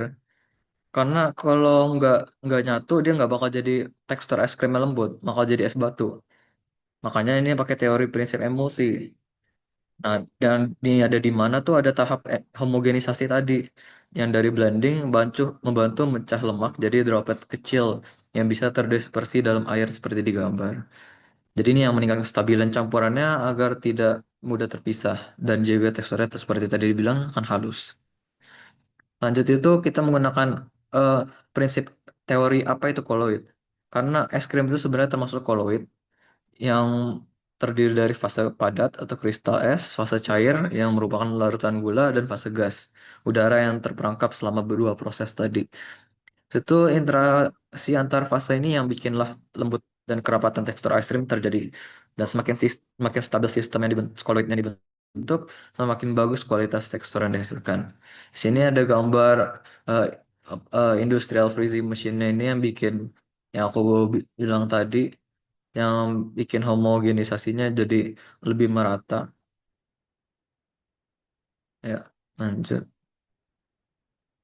Oh, nggak bisa. Oke. Selanjutnya ada sifat koligatif larutan. Jadi penambahan gulanya tadi seperti yang dibilang itu untuk menurunkan titik beku air yang bikin proses pembekuan tidak terjadi secara langsung dan dan sebagian air tetap dalam fase cair pada suhu rendah. Ini yang bikin es krim tidak jadi balok dan tidak terlalu keras juga jadi mudah disendok nanti jadi kayak es krim. Kristalisasi itu di selama pembekuan air dalam campuran membentuk kristal es. Ukuran kristal mengaruhi tekstur es krim juga seperti yang lain dan mengaduk secara berkala yang buat bikin kristal esnya tidak jadi bongkahan besar karena menyatu dan menghasilkan teksturnya yang tidak kasar saat dikonsumsi. Ini sebenarnya bukan tentang dia jadi balok es atau gimana, tapi bakal jadi tekstur dia saat kita masukkan ke lidah. Karena kalau tanpa ada kristalisasi ini, teksturnya bakal kerasa kayak tekstur karton di dikeroyok-keroyok. Jadi itu bakal ada kayak naik turun yang kerasa padat. Itu karena kristal esnya. Makanya kalau mau itu dia tetap lembut dan meleleh langsung di mulut itu harus ada kristalisasi. Dan ini hasil dan pembahasannya. Jadi berdasarkan proses yang dilakukan, kita bisa dapetin es krim berbasis santan dengan tekstur yang cukup lembut, bahkan lebih lembut daripada tekstur yang biasanya pakai susu sapi dengan perusahaan tertentu yang rasanya juga khas, walaupun memiliki rasa khas es krim ya maksudnya, walaupun dari santan. Dan teksturnya juga karena dipengaruhi oleh proses pengadukan selama pembekuan, jadi kristal esnya itu jadi lebih kecil dan rasanya teksturnya jadi konsisten lebih halus saat di lidah. Selain itu, santan sebagai sumber lemak mampu membentuk emulsi yang stabil sehingga lebih cepat proses pembuatannya daripada menggunakan bahan vegetarian lainnya yang lebih mudah atau lebih sedikit lemaknya. Dan penambahan gula yang tadi berperan sebagai menurunkan titik beku sehingga tidak keras dan mudah disendok. Jadi secara keseluruhan penggunaan santan jadi alternatif yang cukup baik untuk menggantikan susu sapi. Meskipun terdapat beberapa perbedaan dalam tekstur yang dihasilkan dan kestabilannya, karena sebenarnya teksturnya bukannya lebih jelek, tapi lebih bagus, lebih lembut. Karena itu kita butuh butuh mengolah teksturnya lebih banyak dari prosesnya daripada buat es krim biasa. Karena kita prosesnya itu juga membuat santan, walaupun ya santan bisa berubah jadi sapi, bisa menggantikan sapi, susu sapi. Dan itu dia. Sayang sekali, ini walaupun belum diteliti, tapi dari mencari informasi saja udah ditemukan banyak kekurangannya. Pertama, teksturnya kurang creamy dibandingkan es krim berbasis susu sapi. Karena dia teksturnya berlebihan, dia bukannya creamy malah jadi kayak terlalu lembut cair gitu. Jadi kalau es krim kan ada rasa kayak kayak kayak creamy, kayak rasa makan krim yang dibekuk, yang didinginkan gitu. Sedangkan kalau ini kalau mencair tuh bakal jadi air karena dia nggak bisa mempertahankan eh, bentuk krim teksturnya lama. Selain itu, karena stabilitas emulsi rendah, ada kemungkinan besar kalau nggak pakai alat-alat canggih yang industrial tadi itu bakal terjadi pemisahan dan akhirnya gagal sama sekali. Selain itu, karena bahannya organik dan santan itu lebih mudah kadaluarsa daripada susu sapi, karena dicampur serat juga dari buah, dan karena prosesnya lebih sederhana daripada penggunaan bahan-bahan sintesis untuk pembuatan es krim yang biasa dijual, jadi lebih lama, lebih sebentar penyimpanannya. Ini ada referensi yang digunakan dari materi-materinya. Ini dari Ice Cream, Science and Technology. Ini di sini saya menemukan teknologi kayak alat-alat industrinya dari sini. Situ yang termasuk kolloid ini informasinya. Dan Food Chemistry ini buat nemuin gambarnya sebenarnya. Begitu saja. Terima kasih. Apa ada pertanyaan? Masih ada pertanyaan tidak? Tidak ada, Eh, Farel. nggak usah. Eh, Ya, Pak. Kamu tahu kan arahan untuk presentasi ini hanya rancangan ide, ya. Oh Kenapa iya, Pak. kasih kenapa kasih hasil? Hasilnya itu sebenarnya cuma simulasi, Pak. Karena kalau kita buat produk makanan itu tuh nggak ada namanya cuma jadi rancangan. Karena kita tujuan buat bikin makanan ya Ini judulnya pasti aja buat kan dikonsumsi. ice Kalau itu cream nggak bisa tanpa jadi barang syarat. ya, kalau nggak jadi barang yang bisa dikonsumsi aman. Kenapa, Pak? Maaf, Ice nggak cream kan nggak terlalu terdengar. ditawarkan perbedaannya adalah es krim dengan santan tanpa susu sapi maksudnya gitu. Iya, Pak. Coba lihat judulnya tadi. Santannya nggak ada di judul tuh. Oh, ini karena saya pas lagi proses jadi cari judul itu saya masih belum ganti dan udah nggak bisa diganti lagi setelah saya mau ganti itu santan karena saya lagi masih nelitian. Pas lagi sebelumnya saya cuma tahu kalau saya mau bikin yang nggak pakai pengganti susu sapi. Tapi saya belum tahu mau apa gantinya. Makanya saya harus cari tahu dulu apa sih sebenarnya yang paling enak, kacang-kacangan.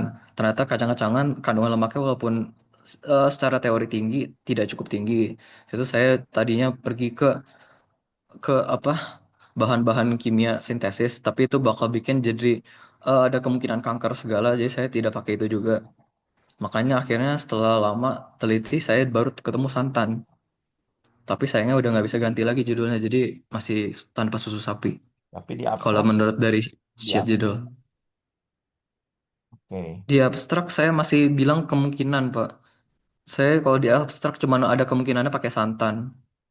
Karena saya lagi itu masih belum tahu santan tuh sebenarnya gimana bisa jadi teksturnya sama kayak susu. Sama kayak susu sapi jadi es krim. Ini perlu dirombak sedikit ya, banyak beberapa sih ya dari slide-mu terkait tadi santannya tolong di highlight. Tadi cuma es krim aja, ya. Ada apa dalam Ini santan? santan di highlight. Apa tidak ada apa? Kalau tidak pakai santan, kenapa? Kalau pakai susu sapi, kenapa? Gitu ya. Jadi, Kalau hmm, maaf mau ya ya. potong Pak, tapi tujuannya kan memang sebenarnya buat bikin tanpa susu sapi, makanya ya artinya nggak bakal mungkin pakai susu sapi. Dan kenapa santan di sini saya jelaskan itu sebenarnya es krim itu sederhana. Kita cuma perlu cari lemaknya yang bakal emulsinya gampang, sama tekstur hasilnya itu bakal dibikin biar bisa mirip sama. es krim dari susu sapi. Dan di Ya, sini saya juga udah jelaskan kenapa santan santan bisa sensitif gantiin susunya. kemana? Ke senyawa yang ada pada santan yang bisa menentukan efek koligatif kah atau efek dari es krimnya itu dari kestabilan es krim dengan santan lebih bagus daripada susu sapi atau kandungan gizi. Santan dalam kandungan gizi itu bagaimana baiknya dalam es krim dibandingkan dengan susu sapi. Itu pun lebih Hmm. enak. Jadi fokusnya ke sana. Tujuanmu apa coba? Jadi Tujuan buat saya es kan krim. memang dari judulnya cuma buat es krim ya. Iya. Coba lihat tujuannya. Tujuannya buat es krim. Tujuannya cuma buat es krim. Iya. Jadi harusnya yang di highlight itu santannya mau ke arah mana? Mau ke arah komposisi gizinya atau mau ke arah ada proses dari pembentukan es krim atau penyimpanan es krim itu lebih enak, lebih bagus gitu loh. Kalau susu sapi Eh, kan bakterinya cepat banyak gitu, cepat meleleh kah atau bagaimana? kalau itu lebih jelek sayangnya Pak. Santan itu makanya saya tidak benar-benar mau nulisin karena ya tadi ada di kekurangannya juga. Ini Ya nggak apa-apa, santan nggak itu apa-apa. Saya nggak apa-apa kamu menentukan santan, tapi santan tuh diulitnya mau ke arah mana, itu aja sih. Mau ke arah oke. gizinya, mau ke arah ke proses es krimnya. Jadi bukan ngomongin buat es krim doang gitu ya. Yang Iya, kedua, ya ini prosesnya sih Pak. iya, iya, itu prosesnya. Cuman kan kurang highlightnya yang rekayasanya menggunakan santannya itu. Hmm. Soalnya kalau berdasarkan daftar memang komposisinya santan itu lebih jelek jauh daripada susu sapi. Kalau dilihat dari gizinya lebih jelek jauh. Lihat dari kestabilannya lebih jelek jauh. Teksturnya juga lebih cair daripada susu sapi aslinya. Ya Jadi nggak apa-apa, sebenarnya ini tapi bisa buat orang melakukan itu. iya. Siapa tahu es krimnya bukan es krimnya cup gitu ya, nggak bisa pakai cone yang kayak gitu loh. Jadi eh, Hmm. ada ada hal-hal tertentu mungkin punya kelebihan untuk yang santan ini, gitu ya. Tolong Ah, ganti iya Pak. slide-nya ini. Sama yang prinsip sains. Yang prinsip sains tuh jangan cuma jelasin untuk semuanya ya. Koloid adalah proses ini, kristalisasi proses ini. Yang sebelum-sebelumnya nggak gitu kok. Jadi langsung kristalisasi. Misalnya prosesnya kalau misalnya ada perhitungan atau angka dari kamu simulasikan lebih bagus gitu. Misalnya, oh dengan santan sifat koligatif penurunan titik bekunya sekian. Kalau penurunan titik bekunya tanpa santan sekian, gitu loh. Enak kan? Oke. Iya. Nah, jadi dengan bermain referensi data, kita juga bisa menguatkan hasilmu, gitu ya. Rancanganmu, rekayasamu. Ya, Alia Ya. ada masih ada Alia? Udah pulang ya? Udah mau ke Kidas nih. Itu asam sitrat, asam lemah ya, karena kan dia golongan asam karboksilat. Ya, tolong diperbaiki ya Pak Rel. Halo? Ah, iya Pak. Ya, Iya Pak. ya baik untuk persentase hari ini Ya, cukup. kasih. Jadi ya dua cowok terakhir ya cukup ini ya apa namanya lebih spesifik lah ya. Kalau yang lainnya juga nanti untuk presentasikan dan kalau misalnya kalian punya memang menawarkannya sudah ada banyak kekurangan ya nggak masalah. Buktikan dengan data dan kasih saran yang baik nggak masalah gitu ya. Jadi jangan selalu hal yang rekayasa ini bisa menghasilkan yang lebih positif, bisa juga negatif, tapi bisa dipertanggungjawabkan gitu ya. Dan jangan cuman riset tapi dari riset yang 1 tahun itu misalnya kerjaannya ambil yang memang kamu mau modifnya di mana dan kenapa. Itu bisa juga ya dari yang sudah ada. Terima kasih untuk semua. Jangan lupa resumenya dan absensi. Jangan lupa untuk ujian di tanggal 4 bagi yang berhalangan tanggal 4 bisa tanggal 6 dengan mendaftar kerjasama yang mungkin sudah disebarkan. Itu saja dari saya. Terima kasih. Eh, Assalamualaikum warahmatullahi wabarakatuh. Selamat. pagi.